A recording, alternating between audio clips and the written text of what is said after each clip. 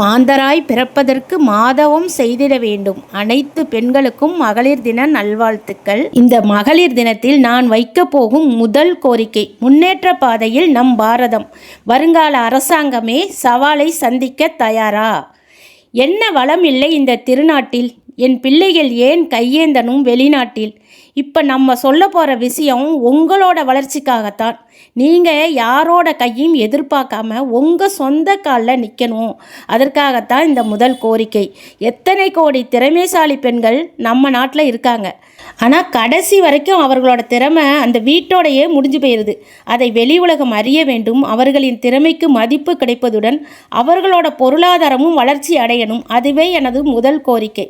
அதை காரைக்காலில் நடந்த இந்த ஊரக வளர்ச்சித்துறை சார்பாக நடந்த சுய உதவி குழுக்களோட பொங்கல் கண்காட்சி, அதில் நானும் கலந்துக்கிட்டேன் பிள்ளைங்களா. அப்போ தான் எனக்கும் புரிஞ்சுது என்னோட பிள்ளைங்க எத்தனை திறமைசாலிகள் என்று. எத்தனை விதமான தயாரிப்பு பொருட்களை எத்தனை நேர்த்தியாக அந்த ஒரு வாரம் அவர்களுக்கு கிடைத்த அந்த இடத்தில் எத்தனை பேர் தேடி பொருள்கள் வாங்கி சென்றார்கள். நான் ஏற்கனவே இதை பற்றி ஒரு வீடியோ நமது சேனலில் கொடுத்துருக்கேன் பாருங்கள். அப்போ தான் உங்களுக்கே புரியும். அப்போ தான் எனக்கு தோணுச்சு, ஏன் இவர்களுக்கென்று ஒரு நிரந்தர இடம் வழங்கக்கூடாது, அவர்களின் வாழ்வாதாரத்தை உயர்த்தக்கூடாது என்று. இந்த அரசாங்கம் நினைத்தால் எத்தனையோ திடல்கள் நம் நாட்டில் கேப்பாரற்று கிடைக்கிறது. அங்கே அவர்களுக்கென்று ஒரு கட்டடம் அமைத்து தர வேண்டும். இதுதான் என்னோட ஆசை பிள்ளைங்களா. குறைச்சலாக அதில் ஒரு 100 கடைகளாச்சும் நம்ம கட்டி கொடுக்கணும். ஏன்னா ஒரு ஊர்லேயும் எத்தனை குழுக்கள் இருக்கிறது என்று அந்தந்த ஊரில் உள்ளவங்களுக்கு தான் தெரியும். அதற்கு தகுந்தாப்போ ஒரு குழுவுக்கு ஒரு கடை இப்படி கொடுத்தா கூட அந்த குழுவில் 20 பேர் இருப்பாங்க, 16 பேர் இருப்பாங்க. ஆனால் அந்த ஒரு கடையிலே அவங்களோட சொந்த தயாரிப்புகள் அனைத்தையும் கொண்டாந்து அதில் வச்சு அவங்க விற்பனை செய்ய அது ஏதுவாக இருக்கும். இந்த இடத்துக்கு வந்தால் நமக்கு அத்தனை பொருளும் கிடைக்கும் அப்படின்னு மக்களுக்கு தெரியப்படுத்தணும், விளம்பரப்படுத்தணும். அந்த மக்கள் கட்டப்பையை எடுத்துக்கிட்டு வர்றாங்க அப்படின்னு சொன்னால் காய்கறியிலேருந்து பழத்துலேருந்து துணிமணியிலேருந்து அவங்களுக்கு தேவையான அனைத்து வகையான பொருள்களும் அந்த இடத்துல கிடைக்கிது இல்லையா. இதை நீங்கள் சும்மா கூட செஞ்சு கொடுக்க வேணாம் ஐயா. ஒரு 1000 2000 அந்த மாதிரி வாடகை கூட நீங்கள் கட்டடத்துக்கு மாதம் வாங்கிக்கலாம். ஒரு நாட்டில் பெண்களோட வளர்ச்சி தான் அந்த நாட்டோட பொருளாதார முன்னேற்றத்துக்கு வழிவகுக்கும். எங்கள் காரைக்காலில் பார்த்தீங்கன்னா சந்தை திடல் நகராட்சிக்கு சொந்தமானது. அங்கே தான் பார்த்தீங்கன்னா நிறைய கண்காட்சிகள் அங்கே தான் நடைபெறும். அந்த இடத்த சுற்றி பெரிய இடம், அதை சுற்றி நம்ம கடைகள் அமைக்கப்பட்டால் ரொம்ப சிறப்பாக இருக்கும் பிள்ளைங்களா. இது என்னோட கருத்து தான். இன்னும் காரைக்காலில் பார்த்தீங்கன்னா இந்த மாதிரி திடல்கள் நிறைய இருக்கும். நீங்கள் தெரிஞ்ச பிள்ளைங்க நீங்கள் எந்த இடத்துல வச்சா நல்லா இருக்குங்கிறத நீங்கள் உங்களோட கருத்துக்களை சொல்லுங்கள், அவசியம் சொல்லுங்கள். ஏன்னா இங்கே உங்களோட கருத்துக்கள் தான் மிகவும் முக்கியம்.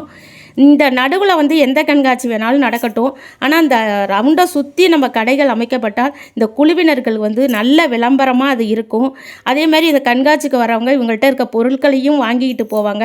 இதுபோல் உங்கள் ஊரில் எந்த இடத்துல இந்த மாதிரி கடை அமைச்சா உங்களுக்கு நல்லா வசதியாக இருக்கும் அப்படிங்கிறத உங்கள் கருத்தெல்லாம் நீங்கள் தெரிவிங்க பிள்ளைங்களா.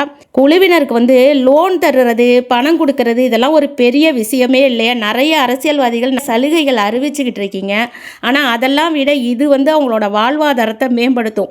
அவங்க லோனை வாங்கிட்டு கொஞ்ச நாள் அதை ஏதோ ஒரு விதமான செலவை பண்ணிட்டு பிள்ளைங்க கடங்காரவங்களாக ஆயிடுறாங்க. அந்த பணத்தை கட்ட முடியாமல் அவங்க படுற கஷ்டத்தை நான் நிறைய பேர் பிள்ளைங்க வாழ்க்கையில் நேரடியாக பார்த்துருக்கேன். அப்படி இந்த மாதிரி கடைகள் அமைக்கப்படும் பொழுது அவங்களால அந்த கடை வாடகையும் கொடுக்க முடியும், அதுக்காக வாங்கின லோனையும் அவங்களால எளிமையாக அடைக்க முடியும், அவங்களோட பொருளாதார வளர்ச்சியும் மேம்படும். அது மட்டும் இல்லாமல் அந்த அரசாங்கமே சிறப்பு பெறும். நம்மளோட பெண்களோட வளர்ச்சியும் முன்னேற்றத்தையும் பார்த்து உலக நாடுகளே நம்ம திரும்பி பார்க்கும். இது பற்றி கொஞ்சம் ஆலோசனை செய்தால் நன்றாக இருக்கும். யோசித்து பார்த்தா நல்லா இருக்கும்னு எனக்கு தோணுது பிள்ளைங்களா. உங்களோட மேலான கருத்துக்களை இதில் தெரிவிங்க. வேறு என்ன செய்யலாம் அப்படிங்கிறது நிறையா நான் உங்களுக்காக வகுத்து வச்சுருக்கேன். அதெல்லாம் ஒரு வீடியோவாக அடுத்தடுத்து நான் சொல்கிறேன். நீங்கள் செய்ய வேண்டியதெல்லாம் நம்ம வீடியோவுக்கு ஒரு லைக் கொடுங்க. ஒரு குழுவினருக்காவது இந்த வீடியோவை அனுப்புங்க. அவசியம் ஒரு பெண்ணுக்காச்சும் நீங்கள் அனுப்புறது எனக்கு செய்கிற மிகப்பெரிய உதவி. எனக்கு செய்கிற உதவின்னு இல்லை, அது உங்களுக்கே நீங்கள் செஞ்சுக்கிற உதவியாக இருக்கும் அப்படிங்கிறதான் என்னோட கருத்து. அடுத்தடுத்த வீடியோவில் நான் சந்திக்கிறேன். நன்றி. நான் உங்கள் சக்தி உமா.